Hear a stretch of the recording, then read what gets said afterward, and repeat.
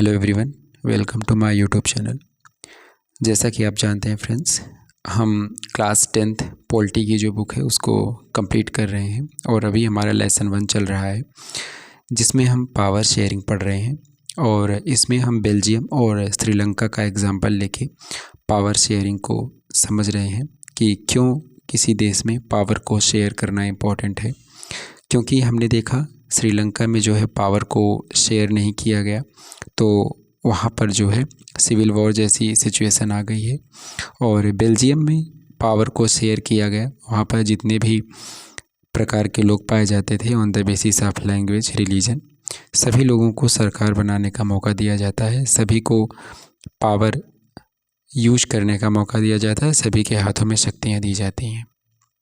आगे आज हम देखेंगे the elements of the Belgium model, जिसमें कह रहे हैं central government equal number of minister from Dutch and French speaking. कह रहे हैं कि केंद्र सरकार में जो सरकार बनी थी, केंद्र लेवल पे, ठीक है, सेंट्रल लेवल पे जो सरकार बनी थी, वहाँ पर जितने लोग फ्रेंच भाषा बोलने वाले थे ना, उतने लोग डच भाषा बोलने वाले भी थे। श्रीलंका में हमने क्या देखा था, तमिल्स को नेग्लेक्ट किया गया, सिर्फ सिंहलियों को वहाँ पर प्रायोरिटी दी गई थी। तुलनात्मक रूप से पढ़ेंगे तो आपको समझ में आएगा। लेकिन बेल्जियम में क्या किया जा रहा है, यहाँ पर देखिए डच और फ्रेंच दोनों भाषाओं को बोलने वालों को मौका दिया जा रहा है। Power, many powers of the central government have been given to state government, यानी राज्य सरकार को भी पावर दिया जा रहा है, सिर्फ सेंट्रल गवर्नमेंट यहाँ पर पावरफुल नहीं है। सबसे इम्पोर्टेंट लाइन देखो, ये थर्ड वाला है स्टेट गवर्नमेंट के बारे में, not subordinate to the central government, यानी जो राज्य सरकार थी वो केंद्र सरकार के अधीन नहीं थी, उनके सबऑर्डिनेट नहीं थी। अपने डिसीजंस को लेने के लिए जो राज्य सरकार थी वो स्वतंत्र थी, वो सबऑर्डिनेट नहीं थी, याद रखेंगे सेंट्रल गवर्नमेंट के। राजधानी ब्रसेल्स में क्या हो रहा था, both the communities have equal representative. Brussels में क्या किया गया, रिप्रेजेंटेटिव मतलब प्रतिनिधि, जितने प्रतिनिधि यानी जितने लोग डच भाषा बोलने वाले थे सरकारी समूह में, उतने ही लोग आपके फ्रेंच स्पीकिंग भी थे, ठीक है। Both the community have equal representative, दोनों भाषाओं को बोलने वाले लोग इक्वल रूप में सरकार बनाने में हिस्सा लिए थे ब्रसेल्स में भी। ये यहाँ पर आप ध्यान रखेंगे कि अपनी डाइवर्सिटी को जो बेल्जियम है वो एप्रिसिएट कर रहा था। चलिए आगे देखते हैं। कम्युनिटी गवर्नमेंट, थर्ड गवर्नमेंट, ये एक नया इनोवेशन किया गया था बेल्जियम में, जहाँ पर एक तीसरे लेवल की सरकार इन लोगों ने बनाया था जिसे कहा गया सामुदायिक सरकार, community government. Election of representative, चुनाव कैसे हुआ, done by people belonging to same language community, यानी जो भाषा बोलने वाले लोग थे उन्हीं लोगों ने उस समुदाय के लोगों का चुनाव किया, ठीक है। जैसे हिंदी बोलने वाले लोग क्या करेंगे, हिंदी बोलने वाले नेता का चुनाव करेंगे, ऐसे ही डच वाले ने डच नेता का चुनाव किया, फ्रेंच बोलने वालों ने फ्रेंच नेता का चुनाव किया। कम्युनिटी गवर्नमेंट थर्ड गवर्नमेंट है, ये स्टेट या सेंट्रल नहीं है, ये एक इनोवेशन था इन लोगों का, तीसरे स्तर की सरकार। तो उन लोगों ने क्या किया, on the basis of language regardless of where they live, वो चाहे फ्लेमिश रीजन में रह रहे हों चाहे वेलोनिया रीजन में रह रहे थे, भाषा के आधार पर उन्होंने क्या किया, जो जिस भाषा को बोलता था उस भाषा के नेता भी वही चुनते थे। ये जो थी आपकी सेंटर और स्टेट गवर्नमेंट से अलग थी। The community government has power, इसके पास क्या क्या शक्तियाँ थीं, कल्चर को लेकर के, स्वास्थ्य को एजुकेशन को लेकर के, लैंग्वेज को लेकर के। तो इन तीनों मुद्दों पर जो है कम्युनिटी सरकार के पास शक्तियाँ थी, कल्चर, एजुकेशन और language. If Europe come together to form European Union, Brussels we chosen as it headquarter. तो कह रहे हैं जब यूरोपीय यूनियन बना तो ब्रसेल्स को उसका हेडक्वार्टर बनाया गया। Belgium and Sri Lanka, Belgium's leaders realised the unity of the country. कह रहे हैं कि बेल्जियम के जो नेता हैं उन्होंने ये चीज़ को रियलाइज़ किया कि अगर हमारे देश में यूनिटी रहेगी, एकता रहेगी, तो उसके क्या परिणाम हो सकते हैं। Respect feelings and interest of different communities and regions. Belgium में क्या किया गया कि सभी लोगों का सम्मान किया गया, हर समुदाय के लोगों का, हर क्षेत्र के लोगों का सम्मान किया गया। श्रीलंका में क्या हुआ, मेजॉरिटेरियनिज्म अपनाया गया, बहुलतावाद की नीति अपनाई गई, सिंहलियों को ज़्यादा महत्व दिया गया, तमिलों को महत्व नहीं दिया गया। Dominance of majority result in civil war, जैसा कि मैंने कई बार आपको बताया कि वहाँ पे बहुलवाद को बढ़ावा दिया गया, जिसकी वजह से हमने जो है सिविल वॉर जैसे सिचुएशन को श्रीलंका में देखा। तो पीछे अभी मैंने जो आपको बताया कि जब यूरोपीय यूनियन बना तो ब्रसेल्स को उसका हेडक्वार्टर बनाया गया। क्यों? क्योंकि वहाँ पर डाइवर्सिटी को महत्व दिया गया ना। ब्रसेल्स में इतनी शांति थी वहाँ पर कि यूरोपीय यूनियन एक बहुत बड़ा संगठन है यूरोप का, उसके बावजूद जो है उन लोगों ने अपना हेडक्वार्टर कहाँ पर चुना, ब्रसेल्स को चुना, जबकि वहाँ पर कितनी डाइवर्सिटी है आपने देखा था, कई भाषाओं को बोलने वाले लोग थे, लेकिन फिर भी वहाँ पर शांति, पीस की वजह से, समझदारी की वजह से वहाँ के लोगों ने अपने डाइवर्सिटी को जो है अप्रिसिएट किया, जिस वजह से यूरोपीय यूनियन का हेडक्वार्टर कहाँ पे बना, ब्रसेल्स में बना। इम्पोर्टेंट फैक्ट है, आप लोग याद रखेंगे। ठीक है, चलिए नेक्स्ट। यहाँ पर आपको दिया गया है think pair and share, why power sharing is desirable, share your own view. तो कह रहे हैं कि पावर शेयर क्यों होना चाहिए भाई, क्यों डिज़ायरेबल है, इस पर आप अपनी थिंकिंग जो है बता सकते हैं। चलिए नेक्स्ट। तो यहाँ पर फिर से वही बताया गया है कि पावर शेयरिंग क्यों ज़रूरी है। एक तो प्रूडेंशियल यानी एक बुद्धिमानी वाली ये डिसीजन हो सकती है कि भाई इन्वॉल्विंग और शोइंग केयर, कि सबको अपने आप में जो है इन्वॉल्व करना और सबके प्रति आप जो है चिंता जाहिर कर रहे हैं। दूसरा नैतिक, concern with the principles of right and wrong behaviour, कि भाई आपकी ये नैतिक जिम्मेदारी भी है कि अगर आपके यहाँ पर अलग अलग किस्म के लोग पाए जा रहे हैं तो आप उनको सरकार बनाने में सबको जगह दीजिए, आपकी ये नैतिक जिम्मेदारी भी हो जाती है। ठीक है, तो पावर शेयरिंग का यहाँ पर दो रीज़न बताया गया है कि पहली बात तो अगर आप सबको मौका देते हैं तो ये एक बुद्धिमानी भरा डिसीजन होता है, आपके यहाँ पर सिविल वॉर नहीं होगा। दूसरा, नैतिक दृष्टि से भी ऐसा होना चाहिए कि भाई जितने प्रकार के लोग आपके यहाँ पर पाए जाते हैं सबको आप सरकार बनाने का मौका दो, ताकि प्रत्येक समुदाय के लोगों का भला हो सके, उनका विकास हो सके। ठीक है, ऐसा नहीं है कि जो ज़्यादा नंबर पे है आप सिर्फ सरकार वही बार बार बनाएंगे, तो ऐसा नहीं होना चाहिए। यहाँ पर ये दो रीज़न आपको बताया गया है। ठीक है, नोट्स बनाते चलेंगे आप लोग। नेक्स्ट, प्रूडेंशियल रीजन कह रहे हैं कि बुद्धिमानी भरा कैसे है, क्या करता है, it reduces the possibility of conflict between social groups, कि भाई अगर आप क्या करेंगे, सबको सरकार बनाने का मौका देंगे तो आपके समाज में क्या होगा, कन्फ्लिक्ट नहीं होगा, संघर्ष नहीं होगा, क्योंकि अगर संघर्ष होगा तो क्या होगा, कन्फ्लिक्ट लीड्स टू वायलेंस, संघर्ष से हिंसा होती है, एंड पॉलिटिकल इनस्टेबिलिटी, और राजनीतिक अस्थिरता आती है, बार बार चुनाव करवाने पड़ते हैं, उसमें पैसा लगता है, सरकार का बहुत संसाधन खर्च होता है। It ensure the stability of political order, और कह रहे हैं कि भाई अगर आप सबको सरकार बनाने में मौका देते हैं तो एक पॉलिटिकल ऑर्डर बना रहता है, स्टेबिलिटी बनी रहती है देश में, अस्थाईपन आता है समाज में। It state that power sharing will bring out better outcomes, कि कह रहे हैं कि भाई अगर आप सबको पावर शेयर करेंगे तो इसका जो आउटकम होता है, इसका जो रिज़ल्ट होता है वो अच्छा निकल करके सामने आता है। आपके यहाँ पर एक तरीके से स्टेबिलिटी बनी रहती है, सरकार जाने का खतरा नहीं होता है, और आपके यहाँ पर सिविल वॉर जैसे सिचुएशंस देखने को नहीं मिलेंगे। तो कह रहे हैं कि एक प्रूडेंशियल रीजन भी है कि एक बुद्धिमानी भरा डिसीजन हो सकता है कि आप पावर शेयरिंग में आपके यहाँ पर जितने भी प्रकार के लोग पाए जाते हैं आप क्या कर रहे हैं, सबको जो है सरकार बनाने में शामिल कर रहे हैं, सभी को जो है आप शक्तियाँ डिस्ट्रीब्यूट कर रहे हैं, किसी एक के हाथ में शक्ति जो है वो केंद्रित नहीं होनी चाहिए। ठीक है, तो यहाँ पर कह रहे हैं कि ये प्रूडेंशियल रीजन है। चलिए आगे देखते हैं मोरल रीजन में क्या है।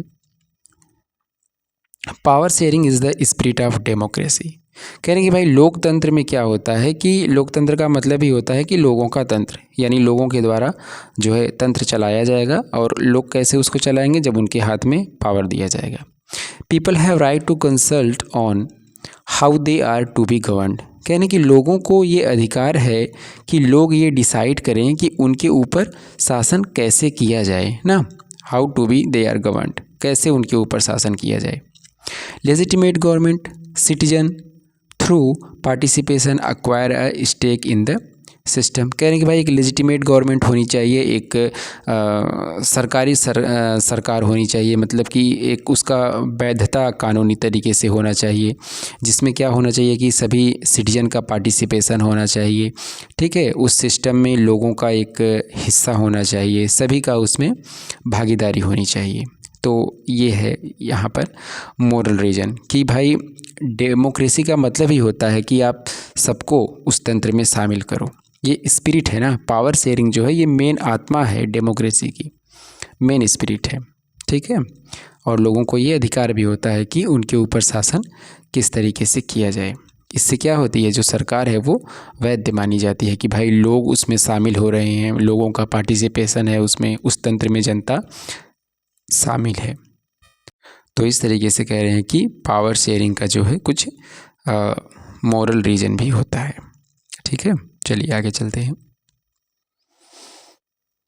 फॉर्म्स ऑफ पावर शेयरिंग क्या होता है, देखिए पहले क्या माना जाता था, लॉन्ग टाइम बिलीव क्या माना जाता था कि power must reside in one group, ठीक है। ये पहले, बहुत पहले, जब तक डेमोक्रेसी की कंसेप्ट नहीं आई थी तब तक ये माना जाता था कि भाई जो पावर है वो किसी एक समुदाय के पास होना चाहिए और वन पर्सन या किसी एक के हाथ में पावर होना चाहिए।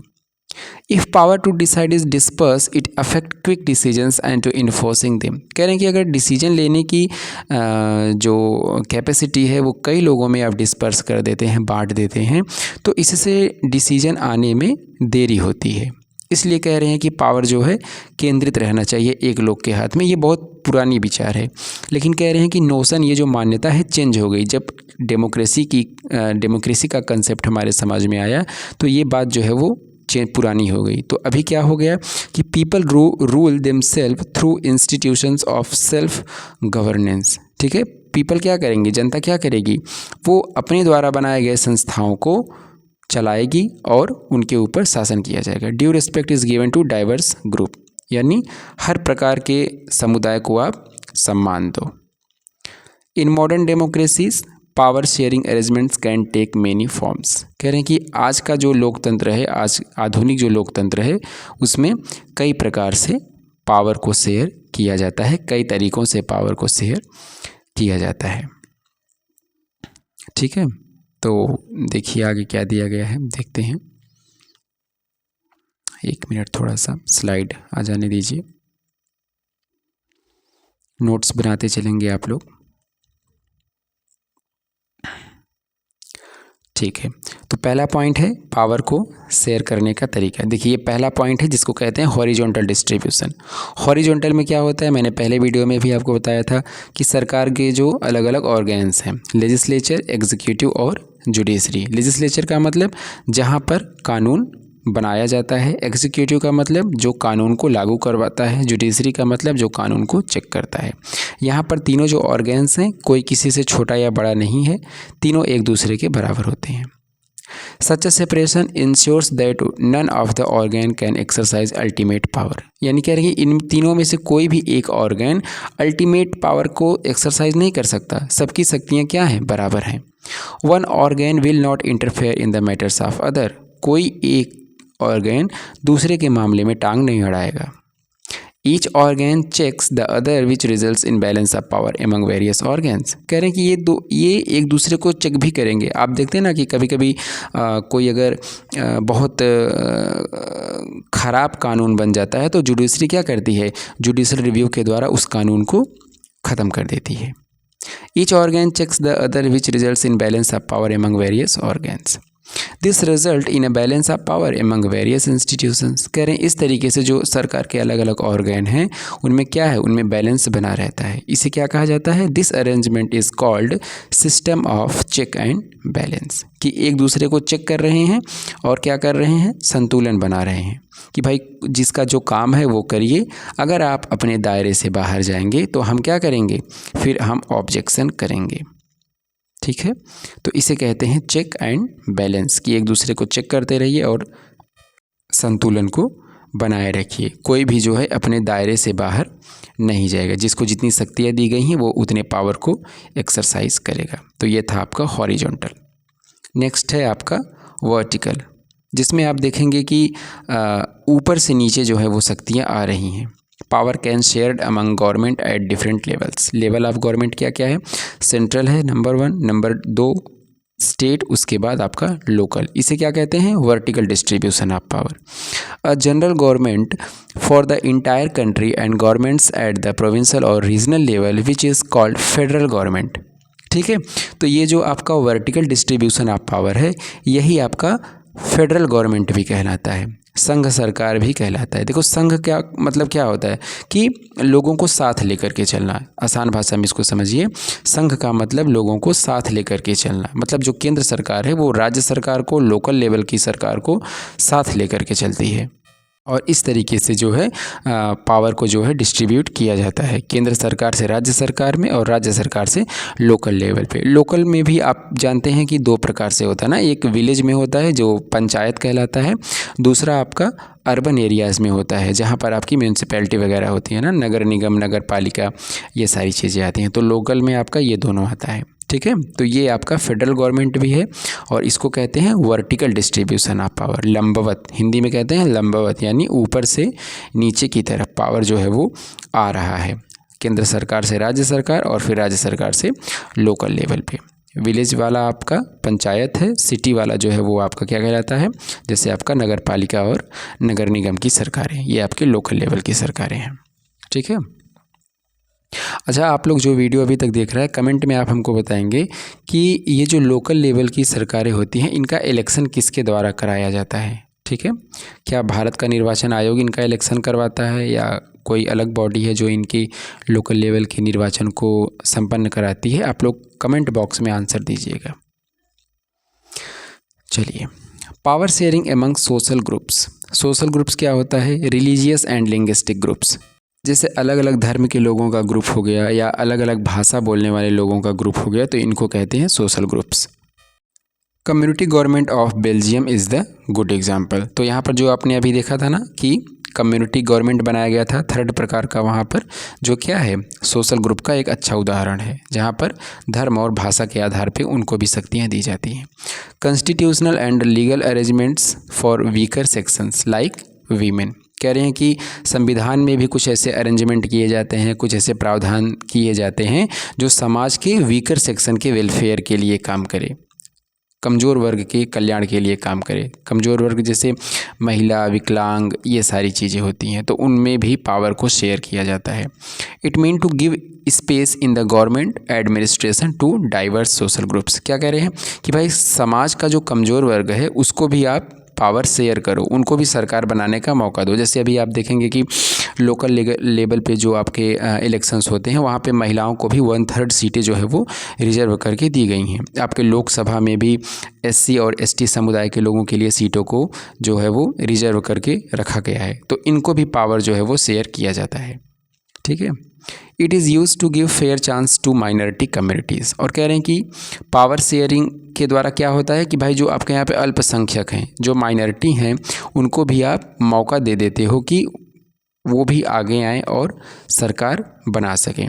तो इन सारे लोगों को पावर जो है वो शेयर करना इसलिए ज़रूरी होता है। देखो, कहने का मतलब क्या है, पावर शेयरिंग का मतलब कि भाई हर किसी का कल्याण हो, हर किसी का वेलफेयर हो, एजुकेशन के फील्ड में, रोज़गार के फील्ड में, ठीक है, पढ़ाई के फील्ड में, हर एक प्रकार के फील्ड में, चाहे वो कोई भी फील्ड हो, तो इसलिए सबको शक्ति देना ज़रूरी है। Power share bye political parties, pressure groups and movements. Power is shared between various political parties through coalition government in case a single largest party is not winning majority.